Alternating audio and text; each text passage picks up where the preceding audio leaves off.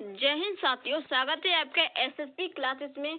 हम फिजिक्स का marathon class लेके आए हैं, आपका पंचम सीरीज। उसके बारे में आपको हमने एक पोस्ट के माध्यम से बता ही दिया था चैनल पर जाकर। जिन लोगों ने नहीं देखा है उस पोस्ट को देखिए। और वैसे भी आपके लिए A to Z पूरा मैराथन मिलने वाला है, वो भी फ्री में। देखिए, सब कुछ मैंने इतना मेहनत किया है और पूरा सटीकता से इतना अच्छे से बनाया है। इस सब के बारे में हम बात करते हैं। आइए सबके बारे में पढ़ते हैं। बहुत ही इजी लैंग्वेज में टोटल हम पढ़ने वाले हैं आज। और वीडियो थोड़ा बड़ा हो सकता है, इसके लिए हम क्षमा चाहेंगे कि मैराथन आपकी क्लास है भौतिक राशियां। आपकी भौतिक राशियां क्या है? तिक संबंधी नियमों को समय, बल, ताप, घनत्व जैसी अन्य अनेक भौतिक राशियों के संबंध सूत्रों है। सभी भौतिक राशियों को सामान्यतः मूल, लंबाई, द्रव्यमान व समय एवं व्युत्पन्न, गति, क्षेत्रफल, घनत्व इत्यादि राशियों में बांटा गया है। यानी आपको कितनी राशियों में बांटा गया है वो हमने आपको बता दिया है।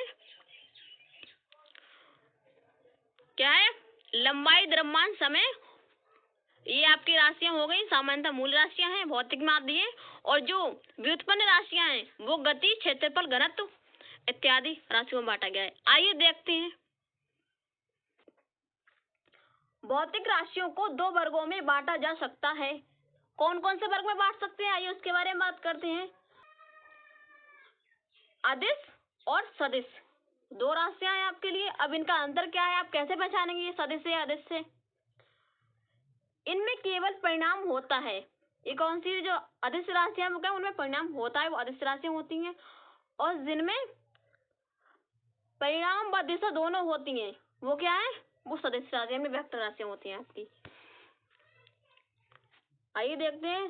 सदिश राशि वैसी भौतिक राशि जिनमें परिणाम के साथ दिशा भी रहती है और जो योग के निश्चित नियमों के अनुसार जोड़ी जाती है, उन्हें सदिश राशि कहते हैं। जैसे वेग, विस्थापन, बल, त्वरण आदि। अदिश की डेफिनेशन देखते हैं क्या है आपकी। अदिश राशि वैसी भौतिक राशि है जिनमें केवल परिणाम होता है, दिशा नहीं, उसे अदिश राशि कहा जाता है। आपके अदिश राशि में क्या होगा, ओनली परिणाम होगा और दिशा नहीं होगी। और सदिश में क्या, परिणाम भी होगा, दिशा भी होगी। जैसे एग्जाम्पल देखते हैं इसके। द्रव्यमान, चाल, आयतन, कार्य, समय, ऊर्जा आदि। नोटेड कीजिए, ये इंपॉर्टेंट पॉइंट है आपका।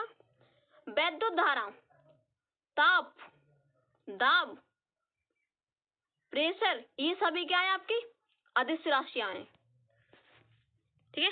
आवर्ती के बारे में जानते हैं। आवर्ती क्या होता है, इसकी डेफिनेशन में देखते हैं। कोई आवर्त घटना बार बार दोहराई जाने वाली घटना है। इकाई समय में जितनी बार घटित होती है उसे उस घटना की आवृत्ति कहते हैं। यानी कोई घटना है आपकी बार बार दोहराई जा रही है तो वो क्या है, आपकी आवृत्ति कहलाती है। आवृत्ति को किसी साइनाकार तरंग के कला यानी फेज परिवर्तन की दर के रूप में भी समझ सकते हैं। आप कैसे समझ सकते हैं इसके बारे में देखते हैं। आवृत्ति की इकाई हर्ट्ज यानी साइकिल्स प्रति सेकंड होती है। कंपन पूरा करने में जितना समय लगता है उसे आवृत्ति कहते हैं। जो कंपन करने में आपको जितना समय लगेगा उसे क्या बोलेंगे, आवर्ती काल कहते हैं। तो आपको फिर से समझा दें हम। एक कंपन पूरा करने में जितना समय लगता है उसे आवर्ती काल बोलते हैं, यानी टाइम पीरियड कहते हैं। आवर्ती काल कितना होता है उसके बारे में बात करते हैं। 1/, आवर्ती अर्थ क्या हो गया इसका, T बराबर 1/F। अब किसके बारे में बात करते हैं हम, आवेग के बारे में देखते हैं। क्या आवेग है पूरा। बल और समय अंतराल के गुणनफल को बल का आवेग कहते हैं। यानी जो समय अंतराल है उसके गुणनफलों को क्या कहेंगे हम? आवेग कहेंगे। आइए समझते हैं इसका। यदि किसी पिंड पर एक नियम बल को डेल्टा टी समय अंतराल के लिए लगाया जाए तो इस बल का आवेग एफ डेल्टा टी होगा। आवेग एक राशि है, इसकी दिशा भाई होगी जो बल की है। इसमें क्या है, जो बल की दिशा है वो इसमें आवेग की दिशा होगी। माना कि किसी पिंड का द्रव्यमान m है, इस पर नियम बल F को डेल्टा t समय अंतराल के लिए लगाने पर वेग में डेल्टा b परिवर्तन हो जाता है। तब न्यूटन के नियम के अनुसार, तो न्यूटन का नियम यहाँ पर प्रयोग होगा। आइए देखते हैं। F बराबर ma बराबर delta star delta b upon delta t। F delta t बराबर m डेल्टा t, चूंकि m डेल्टा b बराबर डेल्टा p।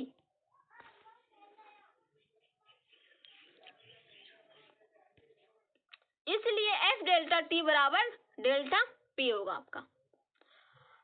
अगर किसी पिंड को दिया गया आवेग पिंड में उत्पन्न संवेग परिवर्तन के बराबर होता है, अतः आवेग का मात्रक भी वही होता है जो संवेग यानी न्यूटन सेकंड का होगा। यानी क्या बोल रहा है इसमें, परिवर्तन के बराबर क्या होगा, आवेग किसी पिंड को दिया गया है आपका, तो मात्रक भी वही होगा जो किसका होगा, जो संवेग का होगा। वो क्या होगा, न्यूटन का सेकंड। आगे देखते हैं कार्य किसे कहते हैं। साधारण बोलचाल में कार्य का अर्थ है शारीरिक तथा मानसिक क्रिया। जब बल लगाने पर वस्तु की गति विस्थापन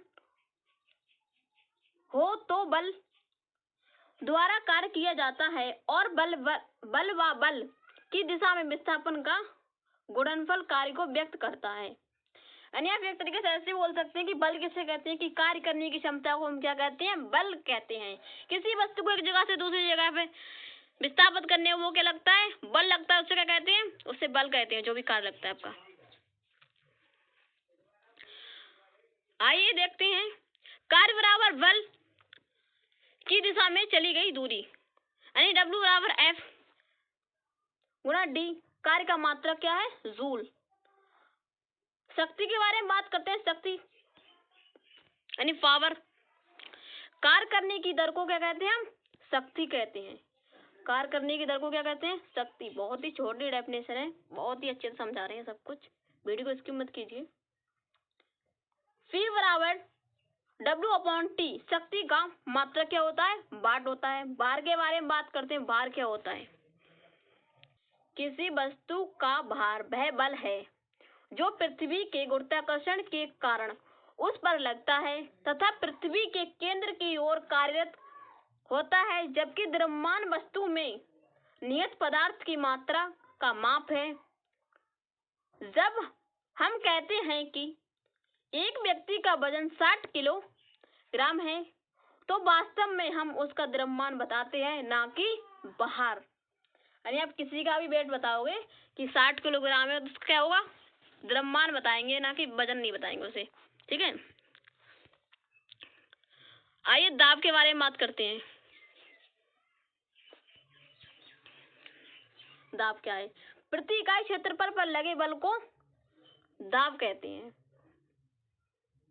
दाब का मात्रक न्यूटन प्रति वर्ग मीटर अथवा पास्कल है। वायुमंडलीय दाब पृथ्वी के चारों ओर काफी ऊंचाई तक वायु है, जिसे वायुमंडल कहते हैं। वायु का भार होता है, अतः यह पृथ्वी की सतह पर ही नहीं बल्कि पृथ्वी पर सभी वस्तुओं पर दाब डालती है। वास्तव में मानव एवं समुद्र की वायुमंडलीय दाब को वायु दाब मापी यानी बैरोमीटर द्वारा मापा जाता है। वायुमंडलीय दाब को किसके द्वारा नाम मापते हैं हम, बैरोमीटर द्वारा। ऊर्जा के बारे में बात करते हैं। इनमें ना तो द्रव्यमान होता है और ना ही यह स्थान घेरती है, किंतु यह समस्त ब्रह्मांड में विद्यमान है ऊर्जा के कारण ही कार्य करने की क्षमता उत्पन्न होती है। कोई भी कार्य बिना ऊर्जा व्यय के नहीं किया जा सकता है। ऊर्जा कई प्रकार की होती है, जैसे यांत्रिक ऊर्जा, ऊष्मीय ऊर्जा, प्रकाशीय ऊर्जा, ध्वनि ऊर्जा, चुंबकीय ऊर्जा, वैद्युत नाभिकीय, रासायनिक ऊर्जा इत्यादि ऊर्जा होती है। यानी कोई भी कार्य करोगे आप, उसमें आपकी क्या होगी, ऊर्जा खर्च होगी। यानी गुरुत्व के बारे में जानते हैं, गुरुत्व क्या है। न्यूटन के गुरुत्वाकर्षण के अनुसार दो पिंडों के बीच एक आकर्षण बल कार्य करता है। यदि इनमें से एक पिंड पृथ्वी हो तो इस आकर्षण बल को गुरुत्व कहते हैं।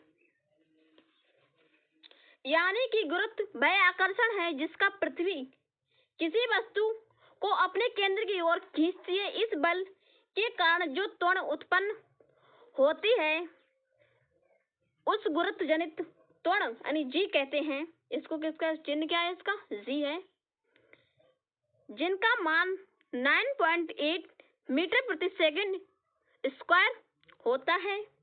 गुरुत्व जनित त्वरण वस्तु के रूप, आकार, द्रव्यमान आदि पर निर्भर नहीं करता है। गति देखेंगे, गति क्या होती है। यदि कोई वस्तु अन्य वस्तुओं की तुलना में समय के सापेक्ष में स्थान परिवर्तन करती है तो वस्तु की इस अवस्था को गति यानी मोशन कहा जाता है। समझ गए होंगे, बहुत इजी लैंग्वेज है आपके लिए। सामान्य शब्दों में गति का अर्थ वस्तु की स्थिति में परिवर्तन गति कहलाती है। घनत्व के बारे में, घनत्व क्या है इसका, घनत्व अपान आयतन, इसका एसआई मात्रक किलोग्राम मीटर होता है। चाल देखेंगे, चाल क्या है।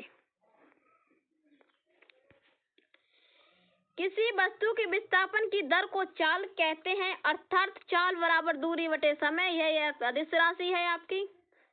इसका मात्रक ऐसा ही होता है मीटर प्रति सेकंड। त्वरण के बारे में बात करते हैं। त्वरण क्या है, किसी वस्तु के वेग में परिवर्तन की दर को त्वरण कहते हैं। इसका ऐसा मात्रक मीटर प्रति सेकंड स्क्वायर है।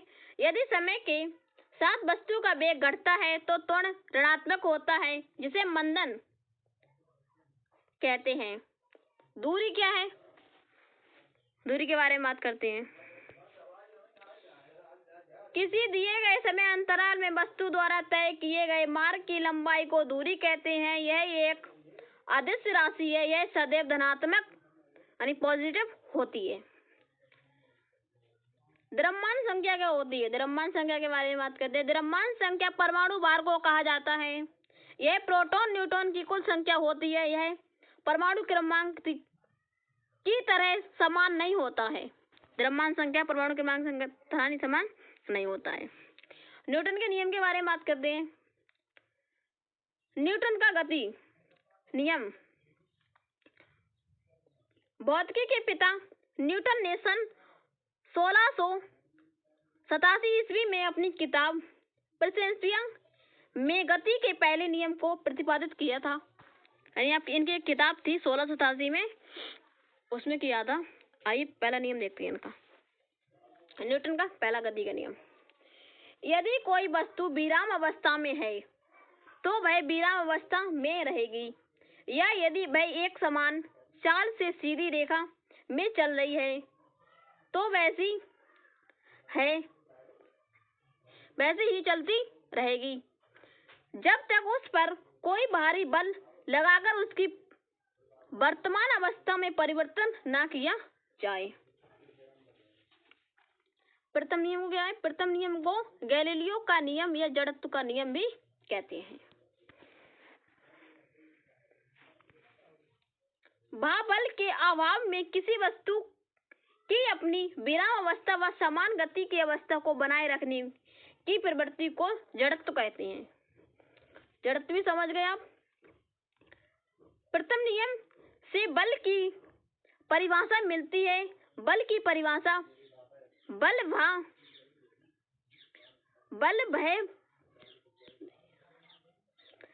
भय वह कारक है जो किसी वस्तु की प्रारंभिक अवस्था में परिवर्तन करता है या परिवर्तन करने की चेष्टा करता है। बल एक सदिश राशि है। इसका एसआई मात्रक यानी न्यूटन है। एग्जाम्पल के तौर पे देख ली। आइए, ठहरी हुई मोटर या रेलगाड़ी के अचानक चल पड़ने पर उसमें बैठे यात्री पीछे की ओर झुक जाते हैं। चलती हुई मोटर कार के अचानक रुकने पर उसमें बैठे यात्री आगे की ओर झुक जाते हैं। जैसे ही ब्रेक लगाते हैं, आगे के इंसान क्या होते हैं, बैठे हुए गए आगे की ओर बिल्कुल झुक जाते हैं। वेग के बारे में बात करते हैं। किसी वस्तु के द्रव्यमान तथा वेग के गुणनफल को उस वस्तु का संवेग कहते हैं। संवेग बराबर वेग गुणा द्रव्यमान होता है आपका। यह एक कैसी राशि है? सदिश राशि है आपका। इसका मात्रक क्या होता है? किलोग्राम मीटर प्रति सेकंड होता है। न्यूटन के दूसरे नियम के बारे में बात करते हैं। आइए देखते हैं। किसी वस्तु के संवेग में परिवर्तन की दर उस वस्तु पर आरोपित बल के समानुपाती होती है तथा संवेग परिवर्तन की दिशा में होता है। अब यदि आरोपित बल F बल की दिशा में उत्पन्न त्वरण A एवं वस्तु का द्रव्यमान m हो तो न्यूटन की गति के दूसरे नियम से F बराबर ma यानी कि न्यूटन के दूसरे नियम से बल का व्यंजक प्राप्त होता है। आइए आगे देखते हैं। एक नोट और है कि दूसरे नियम प्रथम और दूसरे नियम का ही अंगक है। ये आपका जो तीसरा नियम है, ये क्या है? प्रथम और दूसरे नियम का ही एक रूप है, उसका एक अंग है, शरीर है, उसका एक पार्ट मान लो आप। न्यूटन का तृतीय नियम के बारे में देखते हैं। प्रत्येक क्रिया के बराबर परंतु विपरीत दिशा में प्रतिक्रिया होती है। इसका एग्जाम्पल देखते हैं। बंदूक से गोली चलाने पर चलाने वाले को पीछे की ओर धक्का लगना, यानी कोई भी अगर बंदूक से गोली चला रहा है तो उसको क्या है? अचानक से पीछे की तरफ क्या है? धक्का लगेगा।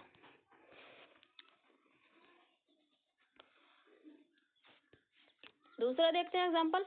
नाव से किनारे पर कूदने पर पीछे की ओर हट जाना, रॉकेट को उड़ाने में। ठीक है, इसके बारे में हमारा जो न्यूटन के नियम थे वो आपके खत्म हो चुके हैं। आइए बल के बारे में बात करते हैं। बल क्या है? बल वह कारक है जो किसी वस्तु की प्रारंभिक अवस्था में परिवर्तन करता है या परिवर्तन करने की चेष्टा करता है। बल एक सदिश राशि है।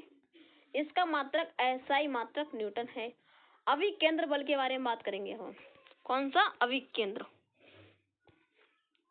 जब कोई कण एक समान चाल से वृत्तीय गति करता है तो उसके केंद्र की ओर एक त्वरण कार्य करता है जिसे उसका अभिकेंद्र बल कहते हैं। यानी कोई भी वस्तु क्या है आपका? वृत्तीय गति कर रही है तो उसके जो कार्य हो रहा है उसके केंद्र की ओर में वहां पर त्वरण कार्य भी करता है। उसे क्या कहते हैं? अभिकेंद्र बल कहते हैं।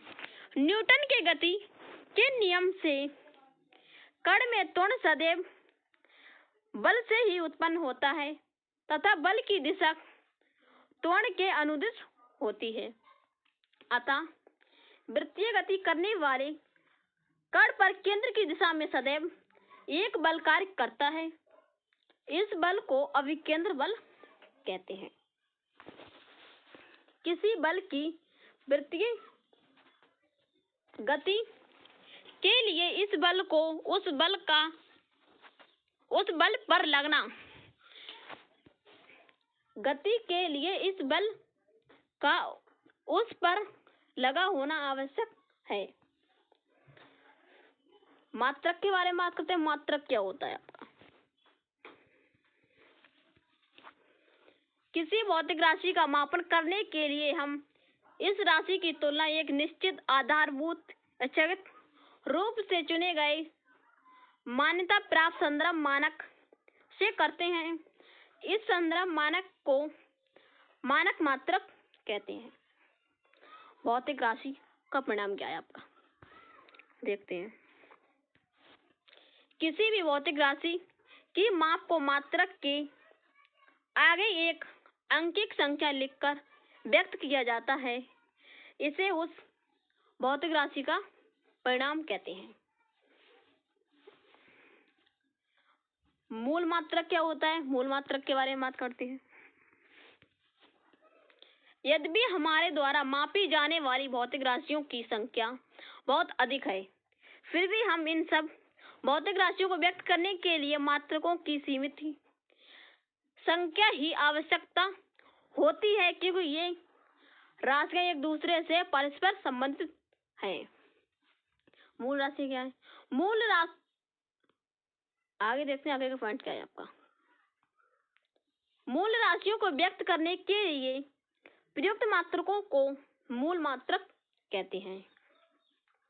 यह मात्रक अन्य मात्रकों पर निर्भर नहीं करते हैं, अपितु यह अपने आप में स्वतंत्र होते हैं। ये खुद में ही होते हैं। खुद में क्या है? स्वतंत्र है, किसी के पे जोर दबाव नहीं होता है। व्युत्पन्न मात्रक देखते हैं।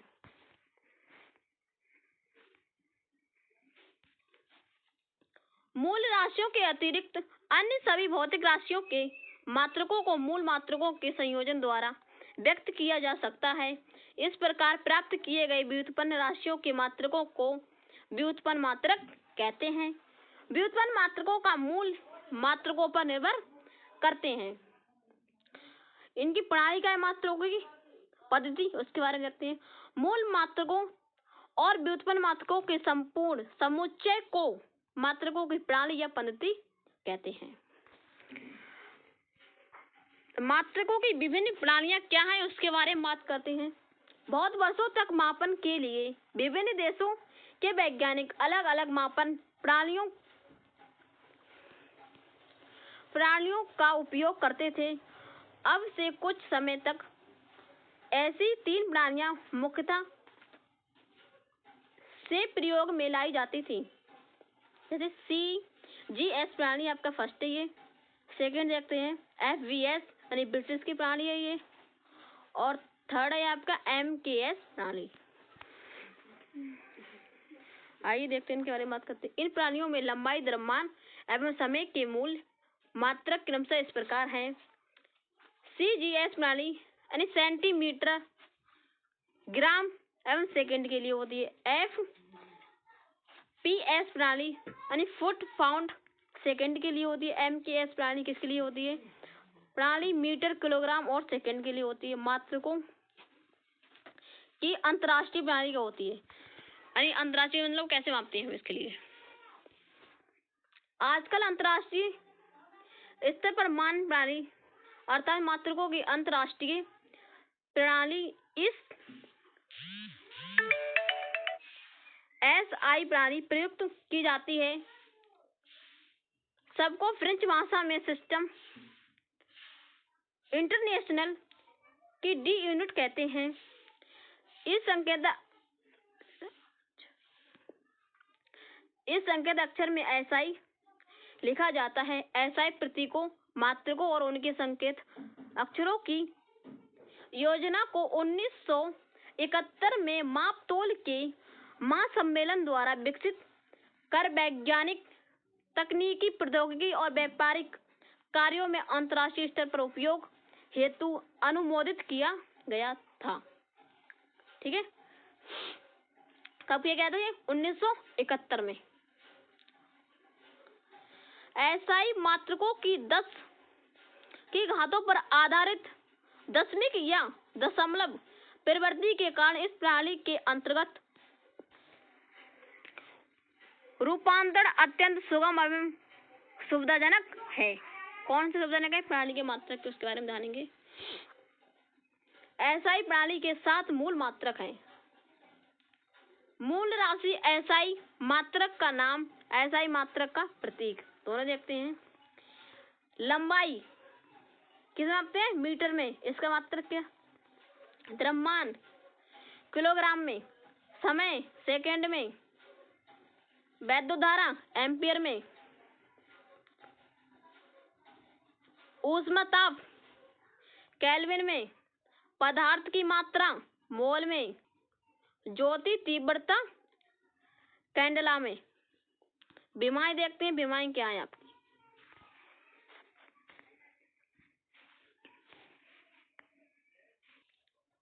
भौतिक राशियों के व्युत्पन्न मात्रक निकालने के लिए मात्रकों पर जो घातें लगानी पड़ती हैं उन्हें उस राशि की विमा कहते हैं।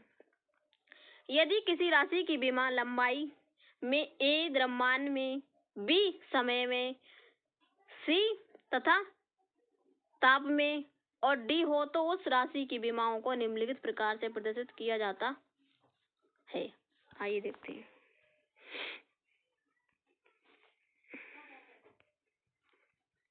प्रमुख भौतिक राशियों के विमीय सूत्र।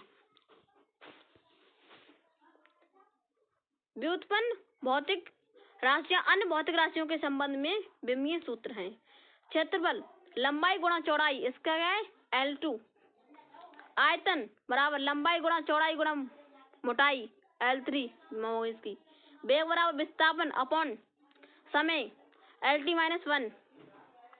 क्षेत्रफल बराबर लंबाई गुणा चौड़ाई L2। ये क्या होगी इसकी विमा हो गई।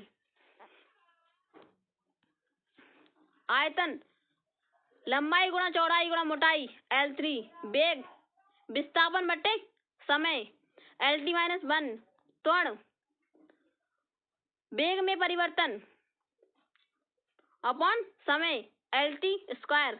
आवेग गुणा समय MLT-1।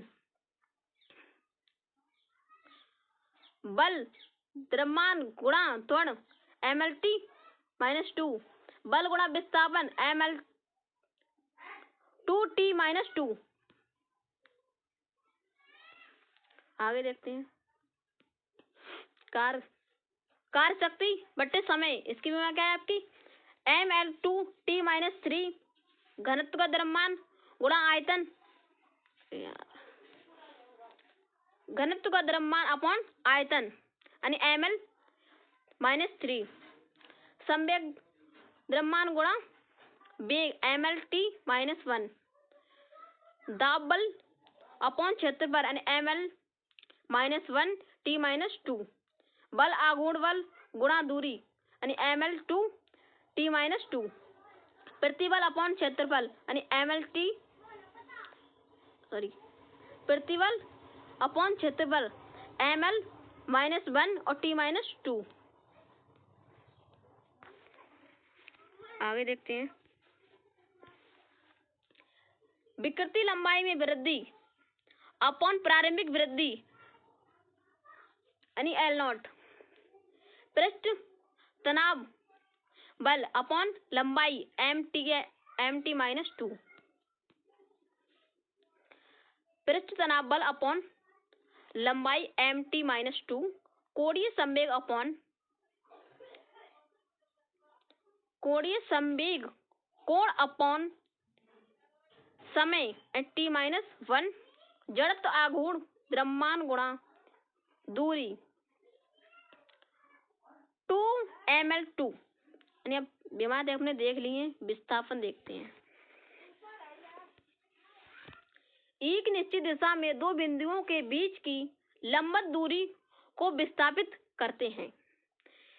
यह सदिश राशि है। कैसी राशि है आपकी सदिश राशि है। इसका मात्रक क्या होता है मीटर होता है। विस्थापन धनात्मक ऋणात्मक कुछ शून्य भी हो सकता है इसमें। ठीक है, वेग के बारे में बात करें। वेग क्या है,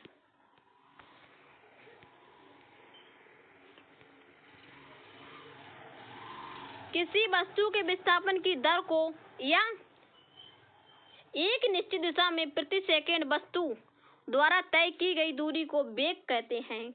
यह एक सदिश राशि है। इसका मात्रक मीटर प्रति सेकंड है। व्युत्पन्न मात्रक क्या होता है उसके बारे में देखते हैं। एक अथवा एक से अधिक मूल मात्रकों पर उपयुक्त घातें लगाकर प्राप्त किए गए मात्रकों को व्युत्पन्न मात्रक कहते हैं। अर्थात व्युत्पन्न मात्रक मूल मात्रकों पर निर्भर करते हैं। कुछ व्युत्पन्न मात्रक निम्नलिखित हैं। क्षेत्रफल देखिए, क्षेत्रफल क्या है आपका लंबाई गुणा लंबाई, और इसका मात्रक क्या होगा क्षेत्रफल का मात्रक, मीटर गुणा मीटर यानी मीटर स्क्वायर, आयतन लंबाई गुणा चौड़ाई गुणा ऊंचाई, मात्रक क्या है आयतन का, मीटर गुणा मीटर गुणा मीटर गुणा मीटर यानी मीटर स्क्वायर मीटर क्यूब, घनत्व क्या है आपका, द्रव्यमान अपॉन आयतन, घनत्व का मात्रक क्या होगा, किलोग्राम अपॉन मीटर क्यूब, वेग बराबर क्या होगा, विस्थापन अपॉन समय, वेग का मात्रक क्या होगा, मीटर अपॉन सेकेंड, चाल बराबर क्या होता है आपका, दूरी बटे समय, चाल का मात्रक क्या होगा, मीटर अपॉन सेकेंड, मीटर प्रति सेकेंड, त्वरण बराबर क्या होता है, वेग त्वरण या वेग एक ही होता है ना, परिवर्तन बटे समय, त्वरण का मात्रक क्या होता है, मीटर प्रति सेकेंड यानी मीटर सेकेंड स्क्वायर, बल बराबर क्या होता है, द्रव्यमान गुणा त्वरण, बल का मात्रक क्या होता है, किलोग्राम गुणा मीटर प्रति सेकेंड स्क्वायर बराबर किलोग्राम मीटर प्रति सेकेंड स्क्वायर बराबर क्या होगा, न्यूटन आपका। अब संवेग के बारे में जानते हैं, संवेग क्या होता है, किसी वस्तु के द्रव्यमान तथा वेग के गुणनफल को उस वस्तु का संवेग कहते हैं, अर्थात संवेग गुणा द्रव्यमान है आपकी कौन सी राशि है, ये आपकी सदिश राशि है, इसका मात्रक क्या होता है, किलोग्राम मीटर प्रति सेकंड। स्थितिज ऊर्जा क्या होती है, स्थितिज, इसके बारे में बात करते हैं। स्थितिज ऊर्जा वस्तु के द्रव्यमान केंद्र से दूरी और गुरुत्वाकर्षण बल पर निर्भर करती है, इसका अंतरराष्ट्रीय इकाई मात्रक क्या है, जूल है। आज हम देखेंगे वैद्युत इलेक्ट्रिसिटी। आपका महामैराथन क्लास में फिर स्वागत है। पंचम सीरीज का आप सेकंड लेक्चर होने वाला है। आपका पहला मैंने पूरा कंप्लीट ही करा दिया है, ये सेकंड क्लास है, इसको भी ध्यान से देखिए। आपका मैराथन है A to Z, टोटल बात करने वाले हैं जितने आपके क्वेश्चन आने वाले हैं नीट 2025 में, बहुत ही अच्छे से, बहुत छोटे छोटी ट्रिक वाइज इसमें समझेंगे। आइए वीडियो को स्किप मत कीजिए, ध्यान से देखिए। वैद्युत धारा आपके फर्स्ट हेडिंग क्या है, वैद्युत धारा, इसकी डेफिनेशन देखते हैं क्या है। विद्युत आवेश के गति या प्रवाह में होने पर उसे विद्युत धारा यानी इलेक्ट्रिक करंट कहते हैं। इसकी एसआई इकाई एम्पियर है। यह एक कूलाम प्रति सेकंड की दर से प्रवाहित विद्युत धारा को 1 एम्पियर धारा कहेंगे। अब देखते हैं विभवांतर क्या होता है। एकांक आवेश द्वारा चालक के एक सिरे से दूसरे सिरे तक प्रभावित होने में किए गए कार्य को ही दोनों सिरों के माध्यम को क्या कहेंगे, हम विभवांतर कहेंगे। B बराबर W अपॉन Q, जहाँ B क्या है, विभवांतर है आपका, W कार्य है, Q क्या है, प्रवाहित आवेश है आपका। विभवांतर का मात्रक क्या होता है आपका, वोल्ट होता है। कूलाम का नियम देखेंगे। कूलाम के अनुसार दो स्थिर आवेशों के बीच लगने वाला बल उसकी मात्राओं के गुणनफल के अनुक्रमानुपाती व उनके बीच की दूरी के वर्ग के व्युत्क्रमानुपाती होता है। नेक्स्ट देखते हैं विद्युत क्षेत्र की तीव्रता क्या होती है। विद्युत क्षेत्र में परीक्षण आवेश पर लगने वाले बल तथा स्वयं परीक्षण आवेश के अनुपात को किसी बिंदु पर क्षेत्र की तीव्रता कहते हैं। यानी कोई भी अनुपात है उस बिंदु को क्या कहेंगे, हम विद्युत क्षेत्र की तीव्रता कहेंगे। यदि परीक्षण आवेश का मान हाथ व इस पर लगने वाला बल इसने हो तो क्षेत्र की तीव्रता E बराबर F अपॉन Q0 है। यानी खोखले चालक के भीतर विद्युत क्षेत्र, खोखला जो चालक है उसके बीच में क्या होगा, विद्युत क्षेत्र क्या होने वाला है इसके भीतर, उसके बारे में बात करने वाले हैं।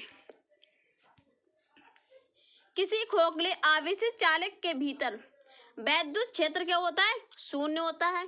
इसको दिया गया संपूर्ण आवेश यानी पूरा क्षेत्र इसके बाहरी पृष्ठ पर ही संचित रहता है। इसका जो अंदर का आवेश होगा वो भी क्या है, भारी पृष्ठभाग को संचित रहेगा इसका। अब देखते हैं सांद्रित।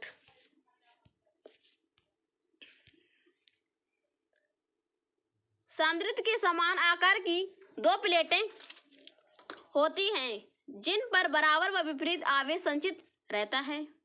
इसका प्रयोग आवेश के संचय में किया जाता है। इनमें क्या है, दो समान प्लेटें होंगी बराबर और उनका आवेश क्या होगा, संचित रहेगा, और इसका प्रयोग आवेश के संचित में किया जाता है आपका विपरीत आवेश के लगे हुए का। वैद्युत अपघटन क्या होता है, इसके बारे में बात करते हैं। कुछ ऐसे पदार्थ होते हैं जो कि उसमें वैद्युत धारा प्रवाहित की जाती है तो वे अपघटित हो जाते हैं। इन्हें वैद्युत अपघटन यानी इलेक्ट्रोलिट कहते हैं। उदाहरण के लिए अम्लीय जल, नमक का जल इत्यादि। फैराडे के वैद्युत अपघटन संबंधी नियम क्या हैं, उनके बारे में बात करने वाले हैं। प्रथम नियम है आपका, वैद्युत अपघटन की क्रिया में किसी इलेक्ट्रॉन पर मुक्त हुए पदार्थ की मात्रा संपूर्ण प्रवाहित आवेश के अनुक्रमानुपाती होती है। यदि I एम्पीयर की धारा है, T समय तक प्रभावित करने पर मुक्त हुए पदार्थ का द्रव्यमान M हो तो M बराबर जिट, जहाँ Z नियतांक है आपका जिसमें मुक्त हुए तत्व का वैद्युत रासायनिक तुल्यांक कहते हैं। दूसरा नियम क्या है आपका, यदि विभिन्न वैद्युत अपघटनों के समान धारा समान समय तक प्रवाहित की जाए तो मुक्त हुए करती है, इसका मान 9.6 S 107 कूलाम प्रति किलोग्राम तुल्यांक होता है। प्रतिरोध देखेंगे क्या है। जब किसी चालक में वैद्युत धारा प्रवाहित की जाती है तो चालक में गतिशील इलेक्ट्रॉन अपने मार्ग में आने वाले परमाणुओं से निरंतर टकराते हैं। इस व्यवधान को ही चालक का प्रतिरोध कहते हैं। यानी कोई भी इलेक्ट्रॉन धारा है जो वो चल रही है, वो परमाणु से टकराते उसे क्या कहेंगे, व्यवधान के ही चालक का प्रतिरोध कहते हैं। इसका मात्रक क्या होता है, ओम होता है। अब ओम का नियम देखेंगे। यदि किसी चालक की भौतिक अवस्था, ताप इत्यादि में कोई परिवर्तन न हो तो चालक के सिरों पर लगाया गया विभवांतर उसमें प्रवाहित धारा के अनुक्रमानुपाती होता है। B बराबर IR, जहाँ B क्या है आपका वोल्ट है, I क्या है प्रवाहित धारा है, R क्या है चालक का प्रतिरोध। प्रतिरोध का संयोजन, प्रतिरोध का संयोजन क्या होता है इसके बारे में बात करेंगे। सामान्यतः प्रतिरोध को परिपथ में दो प्रकार से संयोजित किया जा सकता है। श्रेणी क्रम कॉम्बिनेशन, इस क्रम में जोड़ने गए प्रतिरोधों के समान प्रभावित धारा होती है तथा विभिन्न प्रतिरोधों के बीच भिन्न क्या होता है विभवांतर होता है। बिंदुओं A व B के बीच तुल्य प्रतिरोध की गणना निम्न सूत्र से की जाती है, जैसे R बराबर R1 plus R2 plus R3 plus dot dot dot. आगे देखते हैं समांतर क्रम। इस प्रकार के संयोजन में सभी प्रतिरोधों के बीच विभवांतर तो समान रहता है लेकिन धारा की मात्रा भिन्न प्रतिरोधों में भिन्न रहती है। यदि A व B के बीच तुल्य प्रतिरोध R है तो स्तर वैद्युत देखते हैं क्या है। जब कोई पदार्थ रगड़ने पर सिर्फ थोड़े समय के लिए अवशोषित स्वभाव दिखाता है, लगातार नहीं, तो इस घटना को वैद्युत आवेशन कहा जाता है। जैसे कंघी, गुब्बारे, नायलॉन के कपड़े इत्यादि। निरंतरता न होने से इसे स्थिर वैद्युत आवेश कहा गया है। बिंदु देखते हैं। बिंदु A व B के बीच तुल्य प्रतिरोध की गणना निम्न सूत्र से की जाती है, जैसे R बराबर R1 plus R2 plus R3 और डॉट डॉट डॉट। समांतर क्रम देखते हैं।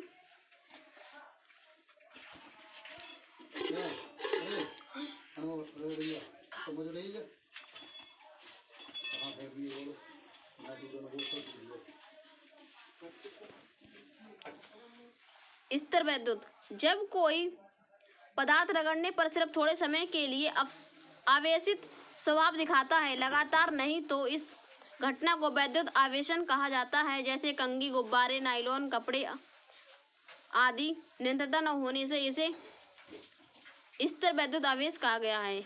अतिचालकता देखेंगे।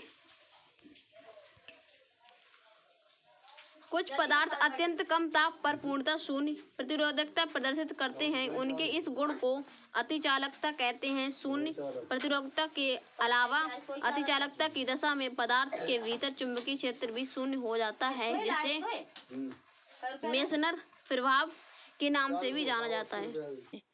पंचम सीरीज में आपका ये लेक्चर होने वाला है चुंबकत्व, आपका मैग्नेटिज्म चैप्टर है। नहीं, चुंबक के बारे में देखने वाले हैं। चुंबक के बारे में जितनी भी हेडिंग वगैरह पूरा चैप्टर पूरा फिनिश करने वाले हैं। वीडियो इसकी मत कीजिए और चैनल से जुड़ जाइए और अपने दोस्तों को भी शेयर कीजिए। आइए इसकी परिभाषा देखते हैं, क्या डेफिनेशन होने वाली है इसकी। वह पदार्थ जिसमें लौह चूर्ण या चुंबकीय पदार्थों को अपनी ओर आकर्षित करने का गुण हो, उसे चुंबकत्व कहते हैं। यानी क्या, किसी चीज को अपनी ओर आकर्षण करता है, खींचता है। यानी चुंबक को आप एक जगह पे लगाओगे, जैसे आप मानिए ये आपके चुंबक है और ये लोहे के छोटे छोटे टुकड़े हैं। आप इसके थोड़ा भी करीब लाओगे तो ये अपनी ओर क्या करेगी, आकर्षण करेगी। सारी चीज क्या है, इसमें चिपक जाएगी।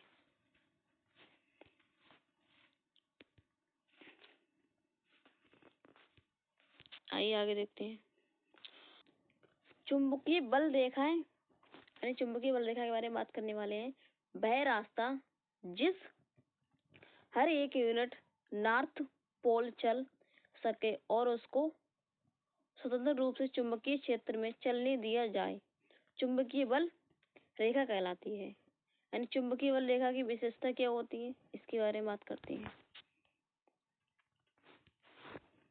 चुंबकीय बल रेखाएं उत्तर से निकलती हैं और दक्षिण की ओर जाती हैं। सेकंड देखते हैं। चुंबकीय बल रेखाओं के लिए कोई भी पूर्ण कुचालक नहीं है। चुंबकीय बल रेखाएं एक दूसरे को कभी नहीं काटती हैं। वह छोटे से छोटा रास्ता अपनाने की कोशिश करती है। चुंबकीय बल की रेखाएं क्या होती है, अपना छोटे से छोटा रास्ता क्या है, अपनाने की कोशिश करती है, कोई भी रास्ता नहीं काटती है। चुंबकीय आकर्षण के बारे में बात करनी है, इसकी डेफिनेशन देखते हैं। यदि दो चुंबकीय ध्रुव एक दूसरे के निकट लाए जाए तो उनमें एक बल का अनुभव होता है। चुंबकीय आकर्षण बल के बारे में बात करने वाले, इसकी डेफिनेशन देखने वाले हैं। क्या है, यदि दो विपरीत ध्रुव एक दूसरे के निकट लाए जाएं तो उनमें एक बल का अनुभव होता है और दोनों ध्रुव एक दूसरे के निकट आते हैं। इसी को चुंबकीय आकर्षण कहते हैं। यानी मान लो आप कोई भी दो वस्तुएं हैं, ये दो बल हैं, ठीक है, चुंबक के, और इनके लिए हम करीब लाएंगे और करीब लाएंगे और करीब लाएंगे, तो क्या हो गया, आपस में क्या हो गया, आकर्षण हो गया। तो इसको क्या बोला है उन्होंने, चुंबकीय आकर्षण कहते हैं। चुंबकीय क्षेत्र कौन सा होता है, चुंबकीय क्षेत्र के बारे में बात करते हैं। किसी चुंबक के आसपास के क्षेत्र में जहां तक चुंबकीय बल रेखाएं और उनके प्रभावों को महसूस किया जा सकता है, उसे क्या बोलेंगे, चुंबकीय क्षेत्र कहेंगे। चुंबकीय फ्लक्स क्या होता है, चुंबकीय फ्लक्स के बारे में बात करते हैं। चुंबक के चारों ओर बल रेखाओं की कुल संख्या चुंबकीय फ्लक्स कहलाती है। ठीक है, चुंबकीय ध्रुव क्या होता है, इसके बारे में देखते हैं। चुंबक के दो सिरों जहां की चुंबकीय क्षेत्र सार्वधिक होता है, चुंबकीय ध्रुव कहलाते हैं। लौह चुंबकीय पदार्थ कौन से होते हैं, निकल कोबाल्ट लोहा तथा स्टील और कई प्रकार के मिश्रित धातुओं के पदार्थ जो चुंबक के प्रति बहुत ज्यादा आकर्षित होते हैं, इन पदार्थों को लौह चुंबकीय पदार्थ कहा जाता है। इन लौह चुंबकीय पदार्थों को चुंबक बनाने में अधिक काम में लाया जाता है, क्योंकि इन पदार्थों में शक्ति की चुंबकीय रेखाएं आसानी से आर पार नहीं होती हैं। इन पदार्थों के लिए एक निर्धारित तापमान होता है। इस तापमान को क्यूरिंग तापमान कहते हैं। यदि इससे ऊपर तापमान इन पदार्थों में दिया जाए तो ये पदार्थ अपना चुंबकीय आकर्षण शक्ति को खो देते हैं और पराचुंबक क्या होता है, बन जाते हैं। अब प्रतिचुंबकीय किसे कहते हैं उसके बारे में बात करते हैं। एंटीमोनी, बिस्मथ तथा जिंक जैसे चुंबक से बहुत जल्दी पृथक हो जाते हैं तथा ऐसे पदार्थों को जो चुंबक के पास लाए जाए तो वे अपने आप को अक्ष बनाकर ध्रुव के साथ सीधे खड़े हो जाते हैं। ऐसे पदार्थों को क्या कहते हैं, प्रतिचुंबकीय पदार्थ कहते हैं। अब बात करते हैं परचुंबकीय पदार्थ के बारे में। पैलेडियम, मैग्नीशियम, प्लेटिनम जैसे पदार्थ चुंबकों द्वारा स्वतंत्र रूप से आकर्षित होते हैं। जब इन पदार्थों को चुंबक के पास लाया जाता है तो वे पदार्थ अपने पास को लंबे अक्षों के सहारे ध्रुव के स्थिर खड़े हो जाते हैं। ऐसे पदार्थों को पराचुंबकीय पदार्थ कहा जाता है। पंचम सीरीज के नेक्स्ट लेक्चर आपका होने वाला है ध्वनि यानी साउंड के बारे में बात करते हैं। क्या इसका प्रोसेस रहने वाला है, पूरा A to Z नीट 2025 के लिए फिजिक्स के बहुत ही इम्पोर्टेंट पूरे टॉपिक लेके आए हैं। अगर आपने चैनल सब्सक्राइब नहीं किया तो सब्सक्राइब कर लीजिए और अपने दोस्तों को भी शेयर कीजिए। आइए सबके बारे में बात करते हैं। एक ही एक डेफिनेशन देखने वाले हैं, पूरा A to Z देखेंगे आप।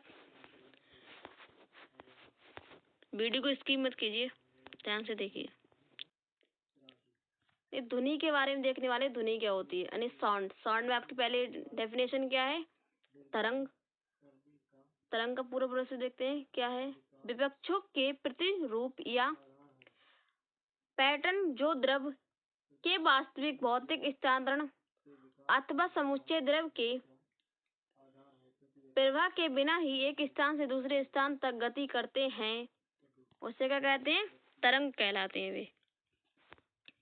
आगे देखते हैं। तरंग ऊर्जा या विपक्षों के संचरण की वह विधि है जिसमें माध्यम के कण अपने स्थान पर ही कंपन करते हैं तथा ऊर्जा एक स्थान से दूसरे स्थान तक आगे जाती है। इसके प्रकार देखेंगे, क्या प्रकार रहने वाले हैं। हम विभिन्न आधारों पर तरंगों का वर्गीकरण कर सकते हैं, जिनमें 3 प्रमुख आधार निम्नलिखित हैं। कौन से 3 आधार है वो देखते हैं। पहला है आपका माध्यम के आधार पर, दूसरा है माध्यम के कणों के कंपन के आधार पर, तीसरा है आपका ऊर्जा के गमन या प्रवाह के आधार पर। आगे देखते हैं।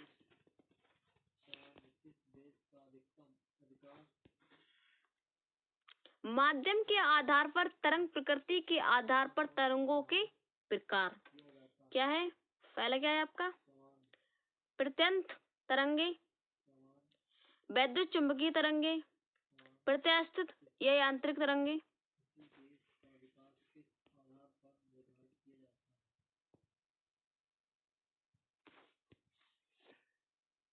इसकी डेफिनेशन देखते हैं। वे तरंगे जिनके संचरण के लिए ठोस, द्रव या गैस जैसे प्रत्यस्थ माध्यम की आवश्यकता होती है, उन्हें प्रत्यस्थ या यांत्रिक तरंग कहते हैं। जैसे ये बिना माध्यम के संचरित नहीं हो सकती हैं। इनका संचरण माध्यम के कणों के दोलनों के कारण संभव हो पाता है।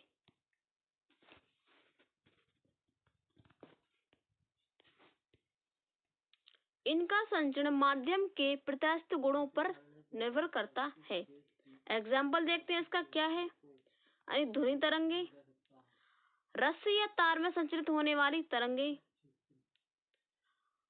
पानी में संचरित होने वाली तरंगे। यानी आप पानी में कोई भी ये ढीला मार दो तो उसमें क्या है, जो राउंड राउंड से होंगी, गोल गोल क्या तरंगे बनती रहती है, उससे उन्हीं को ही बोलते हैं ये। यानी भूकंपी तरंगे ऐसी होती हैं। यानी वैद्युत चुंबकीय तरंग के बारे में बात करते हैं। इसकी डेफिनेशन क्या है। वे तरंगे जिनके संचरण के लिए ठोस, द्रव या गैसीय माध्यम की आवश्यकता नहीं होती है तथा जो निर्वात में भी गमन कर सकती हैं, उन्हें वैद्युत चुंबकीय तरंग कहते हैं। क्या है, वैद्युत चुंबकीय तरंगों के संचरण के लिए माध्यम का होना आवश्यक नहीं है। इसमें क्या माध्यम कोई जरूरी नहीं है माध्यम हो। इनका संचरण निर्वात में भी होता है। निर्वात में सभी वैद्युत चुंबकीय तरंगों की चाल समान होती है, जिसका मान है, इसका मान कितना है,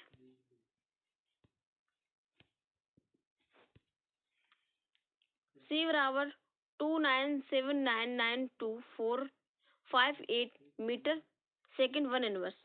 एग्जाम्पल क्या है ये देखते हैं। दृश्य प्रकाश, अवरक्त किरणें, परावैंगनी किरणें, एक्स किरणें, ये इसके एग्जाम्पल हैं, आप नोट करते जाइए। और एक दो और बचे हैं आपके इसमें, रेडियो तरंगे और सूक्ष्म तरंगे। माध्यम के कणों के कंपन आधार पर तरंगों के प्रकार, यानी माध्यम के कंपन की जो तरंगे होती है उसके प्रकार देखते हैं क्या है। इसमें दो हैं, अनुप्रस्थ तरंगे और अनुदैर्ध्य तरंगे। आइए इनके बारे में बात करते हैं। अनुप्रस्थ तरंगे क्या होती हैं। यदि माध्यम के कण तरंग की गति की दिशा में लंबवत दोलन करते हैं तो ऐसी तरंग को हम उसे अनुप्रस्थ तरंग कहते हैं। उदाहरण, तनी हुई डोरी या तार में कंपन किसी डोरी के एक सिरे को दीवार से बांधकर उसके दूसरे मुक्त सिरे को बार बार आवर्ती रूप से ऊपर नीचे झटका दिया जाए तो इस प्रकार कंपन करती हुई डोरी में इसके कणों की तरंगे की गति की दिशा में लंबवत होते हैं। यह अनुप्रस्थ तरंग का एक क्या है, उदाहरण है आपका। दूसरा देखते हैं, पानी की सतह पर बनने वाली तरंग यानी लहरें। पानी में जब लहरें बनती हैं तक पानी के कण अपने स्थान पर ऊपर नीचे तरंग ऊर्जा संचरण के लंबवत दिशा में कंपन करते हैं। यानी अनुदैर्ध्य तरंग के बारे में बात करते हैं। यदि माध्यम के कण तरंग की गति दिशा की दिशा में ही दोलन करते हैं तो उसे अनुदैर्ध्य तरंग कहते हैं। यानी कि दिशा में दोलन क्या करेंगे, उसे क्या बोलेंगे, अनुदैर्ध्य तरंग बोलेंगे।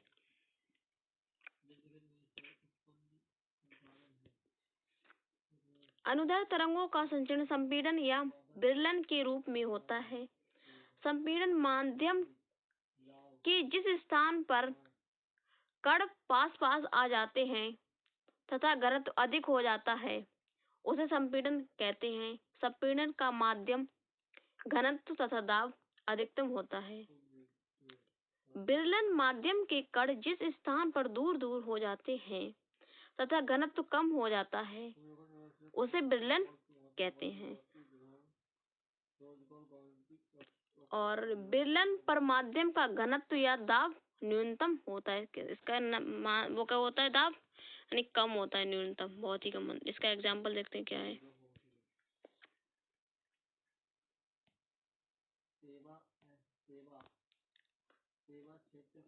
पहला देखते हैं, यानी ध्वनि तरंग। अनुदैर्ध्य तरंगों के सबसे सामान्य उदाहरण ध्वनि तरंगों की स्थिति प्रदर्शित की गई है। वायु से भरे हुए किसी लंबे पाइप के एक सिरे पर एक पिस्टन लगा है। पिस्टन को एक बार अंदर की ओर धकेलते और फिर बाहर की ओर खींचने से संपीड़न यानी उच्च घनत्व तथा विरलन न्यून घनत्व का स्पंद उत्पन्न हो जाएगा। यदि पिस्टन की अंदर की ओर ढकेलने तथा बाहर की ओर खींचने का क्रम सतत तथा आवर्ती जयवक्रीय हो तो एक जयवक्रीय तरंग उत्पन्न होगी जो पाइप की लंबाई के अनुदिश वायु में गमन करेगी। स्पष्ट रूप से अनुदैर्घ्य का तरंग का उदाहरण है। सेकंड देखते हैं, छड़ों के रगड़ने के कारण उत्पन्न तरंगे क्या होती हैं? अनुदैर्घ्य तरंगे होती हैं।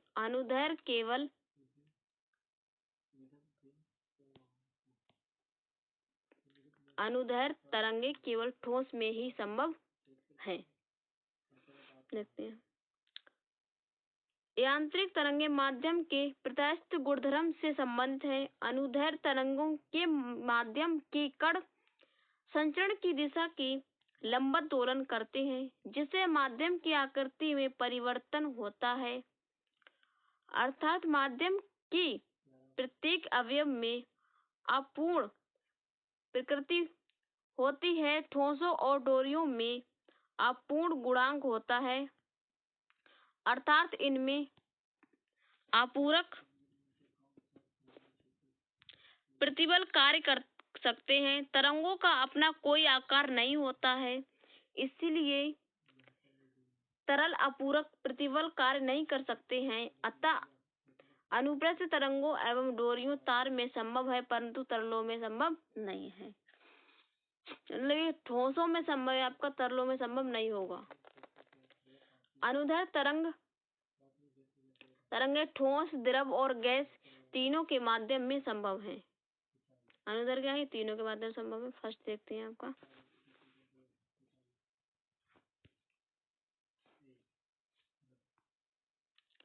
तरंगे संपीड़न विकृति यानी दाब से संबंधित होती हैं। ठोसों तथा तरलों दोनों में आयतन प्रत्यास्थता गुणांक होता है, अर्थात ये संपीड़न विकृति का प्रतिपालन कर सकते हैं तथा ठोसों तथा तरलों दोनों में अनुदैर्घ्य तरंगे संचरण कर सकती हैं। सेकंड देखते हैं आपका,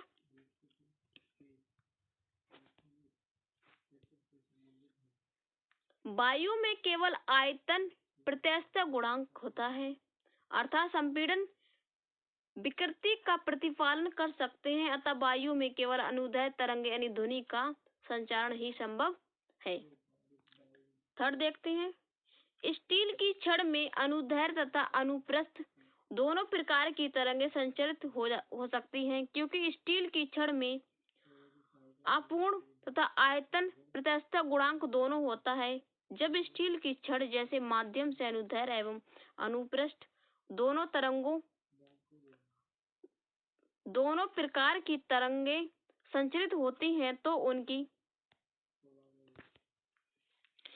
चाल अलग अलग होती है, क्योंकि अनुदैर्घ्य एवं अनुप्रस्थ दोनों तरंगे अलग अलग प्रत्यास्थता गुणांक के फलस्वरूप संचालित होती हैं। ऊर्जा के गमन या प्रवाह के आधार पर तरंगों के प्रकार क्या है? पहला क्या है आपका?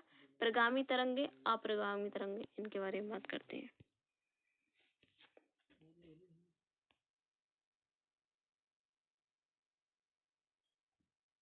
प्रगामी तरंगे देखते हैं, वे तरंगे जो माध्यम के एक बिंदु से दूसरे बिंदु तक गमन करती हैं, उन्हें प्रगामी तरंगे कहते हैं।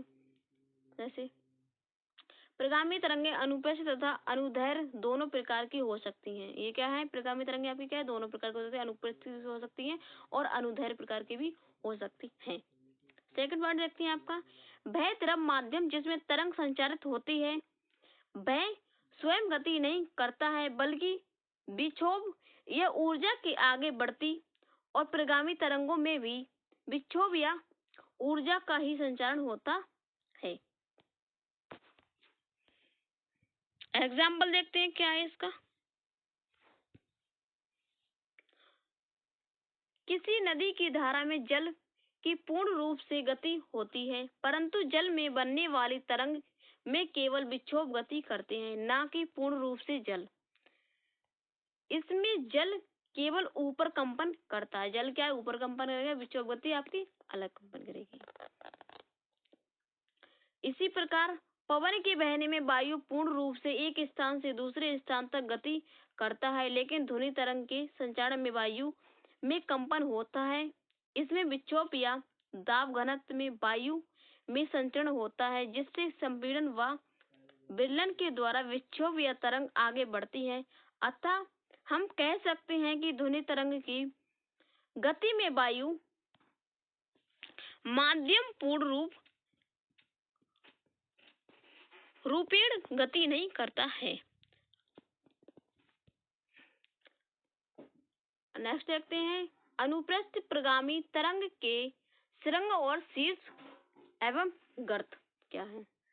सिरंग या शीर्ष किसी अनुप्रस्थ प्रगामी तरंग के अधिकतम धनात्मक विस्थापन वाले बिंदु को शीर्ष कहते हैं। गर्त क्या है आपका, किसी अनुप्रस्थ प्रगामी तरंग में अधिकतम ऋणात्मक विस्थापन वाले बिंदु को गर्त कहते हैं।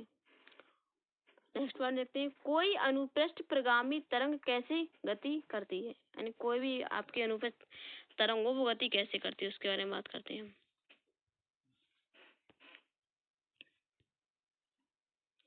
किसी माध्यम में जब कोई प्रगामी तरंग गति करती है तब माध्यम के कण अपनी मध्य स्थिति में इर्द गिर्द सरल आवर्त गति या कंपन करते हैं तथा माध्यम में सिरंग या शीर्ष और गर्त बनते हैं।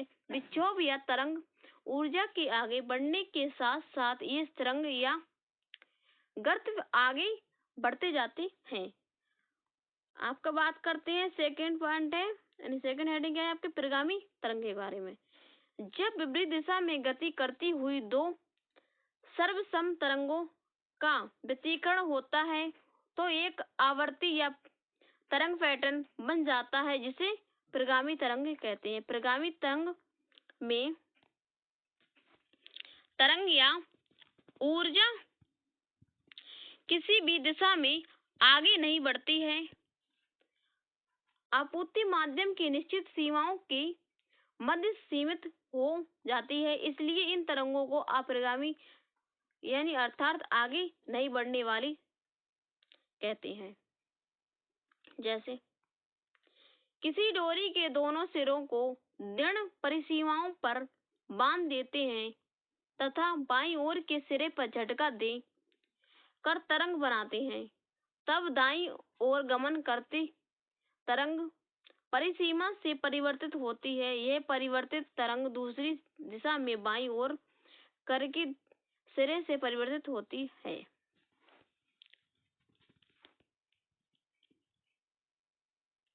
आपत्ति एवं परावर्ती तरंगों से आपत्ति एवं परावर्ती तरंगों के व्यतिकरण से डोरी में एक आवर्ती तरंग पैटर्न बन जाता है। ऐसे तरंग पैटर्न अप्रगामी तरंगे कहलाते हैं। अप्रगामी तरंगे के प्रकार क्या हैं? जब तक हम आपको ये समझाते हैं, आप वीडियो को लाइक कर दीजिए और चैनल को सब्सक्राइब कर लीजिए। अनुदैर्घ्य प्रगामी तरंग, जब दो सर्वसम अनुदैर्घ्य प्रगामी तरंग एक ही सरल रेखा में विपरीत दिशा में चलती हुई अध्यारोपित होती हैं तो माध्यम में जो तरंग पैटर्न बनता है उसे अनुदैर्घ्य प्रगामी तरंग कहते हैं। आइए बच्चों आगे देखते हैं, इसका एग्जाम्पल क्या है। वायु स्तंभ यानी बंद या खुले आर्गन पाइप में बनने वाली प्रगामी तरंगे होती हैं। नेक्स्ट देखते हैं,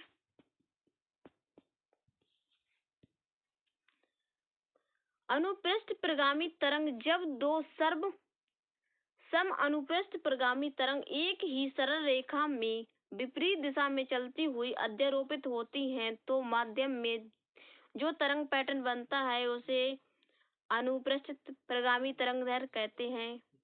उदाहरण के लिए स्वरमापी के तार या सितार या गिटार के तार में मेलोडीज के प्रयोग में डोरी में बनाए वाले अपरिगामी तरंगे होती हैं। यानी आपकी गिटार में सितार में कौन सी होती है? अपरिगामी तरंगे होती हैं, जो डोरी लगती है। किसकी बनी होती है? मेलोडीज की। अपरिगामी तरंग के बनने की शर्त क्या होती है, उससे बात करते हैं। अपरिगामी तरंगे आवर्ती या तथा परावर्ती तरंगों के अध्यारोपण से होता है। अतः इनके बनने के लिए माध्यम असीमित नहीं होना चाहिए, जब बल्कि माध्यम दो परिसीमाओं में बंद होना चाहिए। माध्यम क्या है? दो परिसीमाओं में बंद होना चाहिए, कि एक में नहीं। यानी तरंग दैर्घ्य के बारे में बात करते हैं हम। भौतिकी में कोई साइन आकार की तरंग जितनी दूरी के बाद अपने आप को पुनरावृत्त यानी रिपीट करती है, उस दूरी को उस तरंग का तरंगदैर्घ्य कहते हैं। यानी दीर्घ यानी लंबा से यानी दैर्घ्य बनता है। तरंगदैर्घ्य तरंग के समान कला वाले दो क्रमागत बिंदुओं की दूरी है। ये बिंदु तरंग शीर्ष यानी क्रेस्ट हो सकते हैं, तरंगगत या शून्य परागण जीरो क्रॉसिंग बिंदु से हो सकते हैं। तरंगदैर्घ्य किसी तरंग की विशिष्टता है। इसे ग्रीक अक्षर यानी लैम्डा द्वारा निरूपित किया जाता है। इसका मात्रक क्या होता है? SI मीटर इसका मात्रक होता है। यानी लाइट क्या होती है, इसके बारे में बात करते हैं। अगर आपने चैनल सब्सक्राइब नहीं किया, सब्सक्राइब कर लीजिए और अपने दोस्तों को भी शेयर कीजिए। यानी प्रकाश यानी लाइट, इसमें फर्स्ट हेडिंग क्या है आपकी? आवर्तन। इसकी डेफिनेशन देखते हैं। जब प्रकाश की किरणें एक पारदर्शी माध्यम में प्रवेश करती हैं, तो दोनों माध्यम को अलग करने वाले तल पर अभिलंब आपत्ति होने पर बिना मुड़े सीधे निकल जाती हैं, परंतु तिरछी आपत्ति होने पर वे अपनी मूल दिशा से विचलित हो जाती हैं। इस घटना को प्रकाश का आवर्तन कहते हैं। जब प्रकाश की कोई किरण विरल माध्यम से सघन माध्यम में प्रवेश करती है, तो दोनों माध्यम के पृष्ठ पर खींचे गए अभिलंब की ओर झुक जाती है, तथा जब किरण सघन माध्यम से विरल माध्यम में प्रवेश करती है, तो वह अभिलंब से दूर हट जाती है। लेकिन जब जो किरण अभिलंब के समांतर प्रवेश करती है, उनके पथ में कोई परिवर्तन नहीं होता है। अब देखेंगे आवर्तन के नियम क्या हैं। आपतित किरण, अभिलंब तथा अपवर्तित किरण तीनों एक ही समतल में स्थित होते हैं। किन्हीं दो माध्यम के लिए आपतन कोण के ज्या यानी साइन तथा आवर्तन कोण के ज्या का अनुपात एक नियतांक होता है, अर्थात जैसे सीनी अपॉन सीनर बराबर माइक्रो नियतांक। नियतांक को पहले माध्यम के सापेक्ष दूसरे माध्यम का आवर्तन कहते हैं। इस नियम को स्नेल का नियम भी कहते हैं। आइए आगे देखते हैं। किसी माध्यम का आवर्तन भिन्न भिन्न रंग के प्रकाश के लिए भिन्न भिन्न होता है। तरंगदैर्घ्य बढ़ने के साथ आवर्तन का मान कम हो जाता है, अतः लाल रंग का आवर्तनांक सबसे कम तथा बैंगनी रंग का आवर्तनांक सबसे अधिक होता है। ताप के बढ़ने पर सामान्यतः आवर्तनांक घटता है, लेकिन यह परिवर्तन बहुत ही कम होता है। नेक्स्ट पॉइंट देखते हैं। किसी माध्यम का निरपेक्ष आवर्तनांक निर्वात में प्रकाश की चाल तथा उस माध्यम में प्रकाश की चाल के अनुपात के बराबर होता है, अर्थात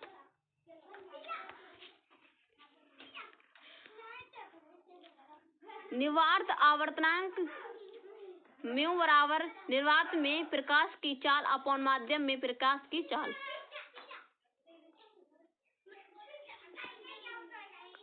आवर्तनांक के कारण घटित घटनाएं क्या हुई थी, उनके बारे में बात करते हैं।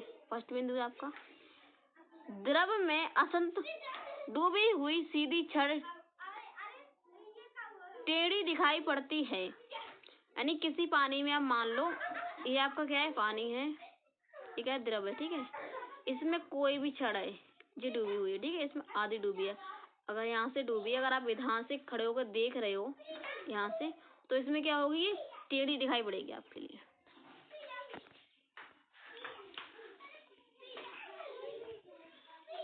तारे टिमटिमाते हुए दिखाई पड़ते हैं।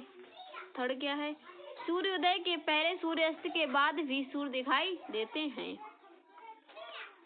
फोर्थ, पानी से भरे किसी बर्तन की तली में पड़ा हुआ सिक्का ऊपर उड़ता हुआ दिखाई पड़ता है। अगर आपको यकीन नहीं हो तो आप खुद आजमा के देख सकते हो।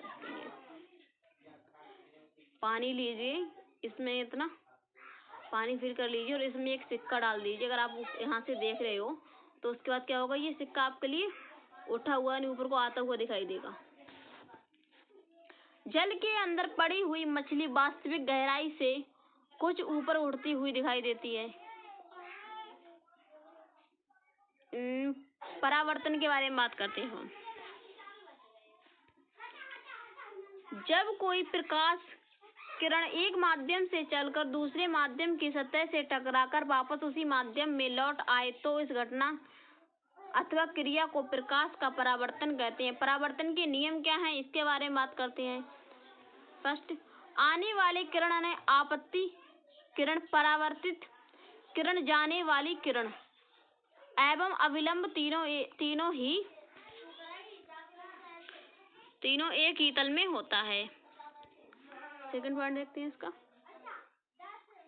आवर्तन कोण परावर्तन कोण के बराबर होता है अतः I बराबर R। इसका अर्थ यह निकलता है कि जितने कोण पर कोई प्रकाश किसी आईने पर गिरेगी उतनी ही कोणी से गिरने पश्चात वापस चली जाएगी। थर्ड देखते हैं, परावर्तन की क्रिया में प्रकाश की आवृत्ति एवं चाल परावर्तित नहीं होती है, अर्थात प्रकाश की ऊर्जा नहीं कम होती है। चौथा देखते हैं, नियम दूसरे से कहा जा सकता है कि यदि आपतन कोण शून्य हो तो परावर्तन कोण भी शून्य होगा।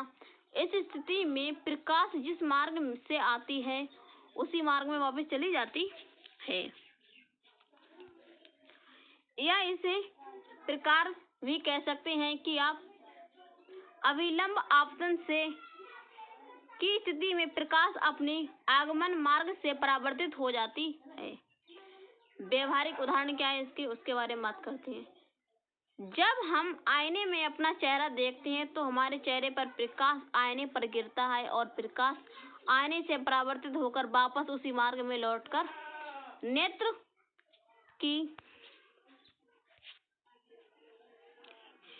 रेटिना पर दिखाई पड़ता है, जिससे चेहरा दिखाई देता है। मोटरसाइकिल, ट्रकों, बसों में ड्राइवर के बसें लगे आगे मृग में यही क्रिया होती है, अर्थात पीछे या बगल की बस में परावर्तन के कारण ही दिखाई देती हैं। पूर्ण आंतरिक परावर्तन क्या होता है, इस पे बात करते हैं। एक प्रकाश की परिघटना जिससे प्रकाश की किरण किसी माध्यम के तल पर ऐसे कोण पर आपतित होती है कि उसका परावर्तन उसी माध्यम में हो जाता है। इसके लिए आवश्यक शर्त यह है कि प्रकाश की किरण अधिक आवर्तन के माध्यम से कम आवर्तनांक के माध्यम में प्रवेश करे, अर्थात सघन माध्यम से विरल माध्यम में प्रवेश करे तथा आपतन कोण का मान क्रांतिक कोण से अधिक हो। प्रकाश की तंतुओं का कार्य पूर्ण आंतरिक सिद्धांतों के पर ही आधारित है। इसमें क्या कह रहा है, जो प्रकाश तंतुओं का कार्य होता है वो पूर्ण क्या होता है, आंतरिक परावर्तन के सिद्धांत के कारण ही किस पर आधारित है। प्रकाश का प्रकीर्णन क्या है, इससे बात करते हैं। जब प्रकाश अणुओं, परमाणुओं व छोटे छोटे कणों पर आपतित होता है तो उसका भिन्न दिशाओं में प्रकीर्णन हो जाता है। जब सूर्य का प्रकाश जो कि 7 रंगों का बना होता है, वायुमंडल से गुजरता है तो वह वायुमंडल में उपस्थित कणों द्वारा विभिन्न दिशाओं में प्रसारित हो जाता है। इस प्रक्रिया को ही प्रकाश का विकिरण कहते हैं। आकाश का रंग सूर्य के प्रकाश के विकिरण के कारण नीला दिखाई देता है। प्रकाश का वितरण देते हैं। यदि किसी प्रकाश स्रोत व पर्दे के बीच कोई अपारदर्शी अवरोध रख दिया जाए तो हमें पर्दे पर अवरोध की स्पष्ट छाया दिखाई पड़ती है। इससे प्रतीत होता है कि प्रकाश का संचरण सीधी रेखा में होता है, लेकिन यदि अवरोध का आकार बहुत छोटा हो तो प्रकाश अपने सरल रेखीय संचरण से हट जाता है व अवरोध की किरणों पर मुड़कर छाया में प्रवेश कर जाता है। इस घटना को प्रकाश का विवर्तन कहते हैं। प्रकाश का तरंगों का व्यतिकरण क्या होता है, इससे बात करते हैं। जब समान आवृत्ति व समान आयाम की दो प्रकाश तरंगें जो मूलतः एक ही प्रकाश स्रोत से एक ही दिशा में संचारित होती हैं तो माध्यम के कुछ बिंदुओं पर प्रकाश की तीव्रता अधिकतम व कुछ बिंदुओं पर तीव्रता न्यूनतम या शून्य पाई जाती है। इस घटना को ही प्रकाश का व्यतिकरण कहते हैं। इसी कारण तेल की पर्दे व साबुन के बुलबुले रंगीन दिखाई देते हैं। प्रकाश तरंगों का ध्रुवीकरण क्या होता है, इस पे बात करेंगे। जब दो कारें एक दूसरे की ओर आती हैं तो उनके प्रकाश के चकाचौंध से दुर्घटना हो जाती है। इसे रोकने के लिए कारों में पोलराइडों का उपयोग किया जाता है। सिनेमाघर में पोलराइड के चश्मे पहनकर 3 विमाओं वाले चित्रों को दिखाया जाता है। आगे देखते हैं। प्रकाश का वर्ण विक्षेपण क्या होता है।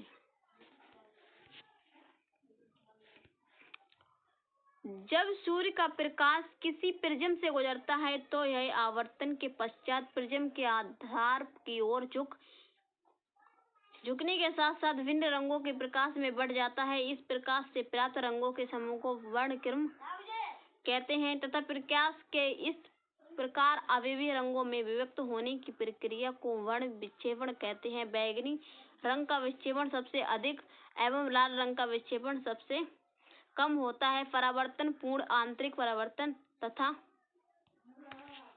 आवर्तन द्वारा पूर्ण विक्षेपण सबसे अच्छा उदाहरण है आकाश में वर्षा के बाद दिखाई देने वाला इंद्रधनुष है। जैसे इंद्रधनुष में कितने रंग होते हैं आपके? 7 रंग होते हैं। जो बारिश होती है उसके बाद दिखाई देता है। आई होप मैं आशा करती हूँ आपको A to Z सब कुछ समझ आया होगा। ऐसे ही अन्य वीडियो देखने के लिए चैनल को सब्सक्राइब कर लीजिए। तब तक मिलते हैं नेक्स्ट वीडियो में। जय हिंद, जय भारत, वंदे मातरम।